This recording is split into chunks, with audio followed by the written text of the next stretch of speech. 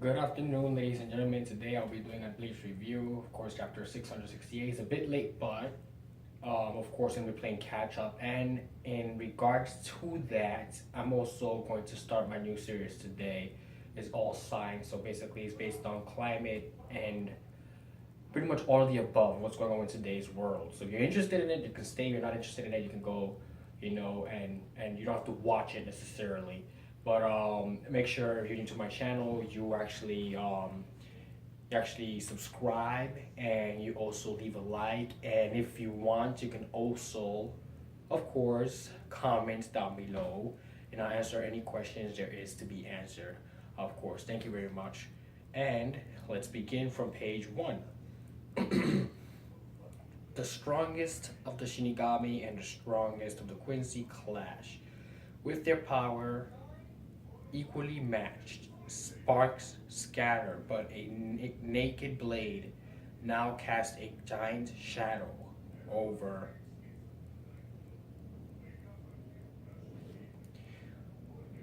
What the hell was that? What's going on here? Something's the matter. So you remember the last chapter, Saraki Kenpachi decided to take it upon himself, or Kenny, better known for his nickname, decided to take it upon himself to actually attack the enemy head on. However, when he wants to attack him, it seems as though he got injured, and he's trying to make sense of what's actually going on in this situation. Mind you, the people we're fighting are actually stern riders, and these stern riders have special abilities that control the ratio around them. They could use it as a weapon and however they please, and as long as they're in wells, of course, which is the name of the brand new place or what Cerdate has transformed into, they have a pretty hard time defeating the current enemy that's there in control, and also the head leader himself. Of course, the letter A for Almighty, you watch himself. Of course, and the fan art continues. Yoruichi in her cat form. Now you're on to page 4. Let's see, we start from here. We should be able to start from page 4. Hopefully, of course. Okay, here we go. So it's another fan art. This one is just Grimjow, of course. He's looking up at the sky as he actually takes out the heart of the last guy he fought, which basically used poison to fight. That guy is finished already, so we've had long passed beyond that. Now we're going to the top of page 5, and let's see what takes place in this chapter, and we'll be able to finally put a cork in this guy's mouth for peak save, because somebody who's a thunder god, he talks a lot, You think he'd do a whole lot more fighting, but he talks more than he does fighting. Okay, so there he goes. Miracle is my power, an ability which gives form to the very thought, feelings, and desire of the masses. Being unable to destroy my body, it grew gigantic through the fear of the masses, and this sword, Hoffing, which was Shev in the hope of the masses. If it were to break, then it would all fall into despair. So he's giving an explanation of his sword. If his sword were to break into pieces, whatever pieces that is, it actually goes to despair, it goes to darkness, and there is no hope of actually getting back that current weapon in which he actually possessed, and all of the above. So let's go. Now we're at the top of page 6. Pretty fast paced, so there's a lot of dialect in it. I have no idea what the hell you're talking about. The only thing I do understand is that whatever power it is, you possess reason does not apply to it. I see. Well, if I can't shatter your sword, then I'll just have to kill you. How naive. You're like some bad villain cliche talking us through all of your plans. What's next? Gonna demonstrate your powers? Gonna demonstrate your powers, my bad. Demonstrate your powers. You'll live to regret it. I'm simply telling you all this because the difference in our power is so overwhelming that you could never hope overcoming that gap. What's naive is the fact that you still cannot or have not comprehended this. The regrets will not be on my end. Is it just me, or are these two like a match made in heaven? Maybe hell is more appropriate. So apparently he's talking about in the ways of their IQ, intelligence. They're both pretty dense in that matter, but they're all muscle. So basically, match made in hell, more like it, because they have no idea what they're talking about. It just seems to be hot air coming out of their mouths with no reason at all behind the reason why they're actually fighting. an in your face battle. So apparently an in your face battle. So they're gonna be all up in their faces, all up in the business, trying to kind of defeat each other, put each other down. Although I'm not a whole fan of all up in your face type of business type of thing, so yeah. Watch out for that one.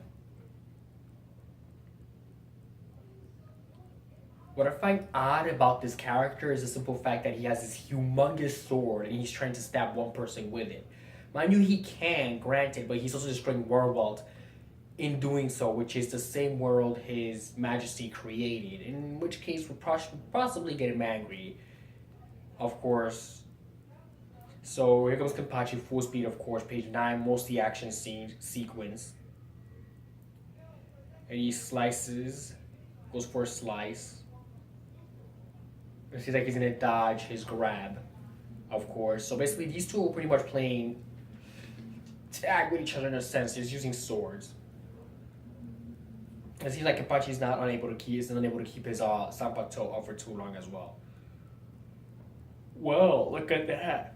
You dodged me. You're a hell of a lot faster than you look. And I had planned to crush you with one grip, but you are a slippery little devil. Oh my god. It's like somebody is narrating the entire fight. It's so ridiculous.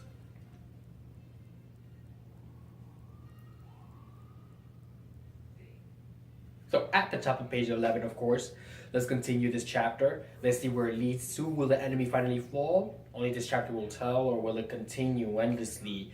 Or will it become a long, dragged out battle, which I highly doubt. Flock of icicles, you bore me. You're not my opponent. Wait, what the? Okay, so apparently Zaraki attacks Hitsugaya. What the? Okay, what the fuck is your problem, Zaraki? So apparently there's a huge issue here. They're at each other's throats. You took the words right out of my mouth. You need to stand down. Fall back. Damn it. I don't care where, but don't interfere again. That cocky son of a... Don't. It's pointless. If we're talking about opponents where reason doesn't apply, Zaraki is their poster child. I know, but I can't just abandon Zaraki here and go on without him. This isn't an opponent that Zaraki will be able to defeat by himself. If you need proof of that, just look. So apparently they're saying that Zaraki or Kenpachi won't be able to defeat this opponent by himself. All you gotta do is look at the way he's performing and it'll give it all away, basically. That damn Zaraki, he's already taken off his eye patch. With every last fiber of his instincts, he's also but realized it, that this isn't someone he can bring down without removing that eye patch of his. The ice petals are already starting to dissolve. It's only natural for everyone to be reaching exhaustion, so it appears every last one of us is short on time. So he's basically, of course, I keep forgetting his name. So Rukia's brother, of course, not legit brother, he's analyzing the situation at hand right now, and he's saying, well, when you think about it, everybody's reaching a point of exhaustion because they've been fighting for too long. So this battle, as far as he's concerned, has been dragged out for too long, and everybody's about to retreat eventually. In other words, the character or enemy they're fighting right now has also to the point of exhaustion, and to the point in which he's probably about to detransform eventually and become a former, form of himself, what he used to look like in a normal humanoid form, of course. I'm going to find an opening in their fight and freeze that Goliath.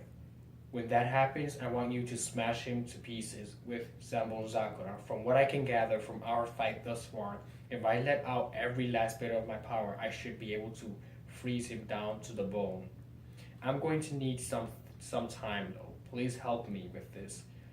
You can count on it. So this is the first time Hitsugaya and Kushi are actually able to see eye to eye when it comes to battling. Sometimes they're unable to see eye to eye, but this is the first time it's able to happen. So hopefully they're able to carry their plans with ease without Kenpachi actually ruining something or trying to block every attack, because he now has realized that he cannot defeat his opponent. But be safe, you have taken off your eye patch. Where's that gonna get you? Nowhere. So as they clash, obviously, it continues. What's wrong? The power behind your blade is waning. Ah, well, I guess it can't be helped. I mean, engaging in an all-out battle without letting any nicks baffle one sword was futile from the start. If we're going to fight blades or going to get chipped, I'll just be sure to carve that despair into your body. This guy's a bit gruesome. He wants to carve everything into his body, apparently, which is completely weird. So it seems like Zaraki's trying to retreat. What tenacity, such amazing spirits, but spirit alone cannot bridge the gap between our strength. So he's so distracted at this point, the enemy, that he does not realize that he has a bunch of petals pretty much falling pretty much above him. He actually realizes this later on in the battle.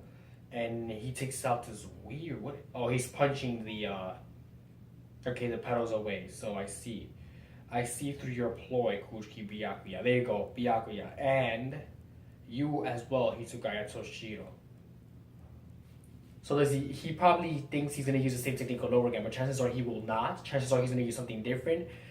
I have seen through it all that you two had hatched a scheme and were plotting, waiting for me to show you an opening. I am the greatest, fastest, mightiest of the Quincy. I am the warrior who has been bestowed with everything. You shall never be able to pull one over on me. What you're doing? Hey.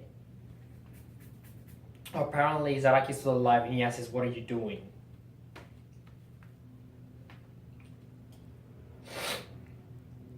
So let's see what this actual plan is.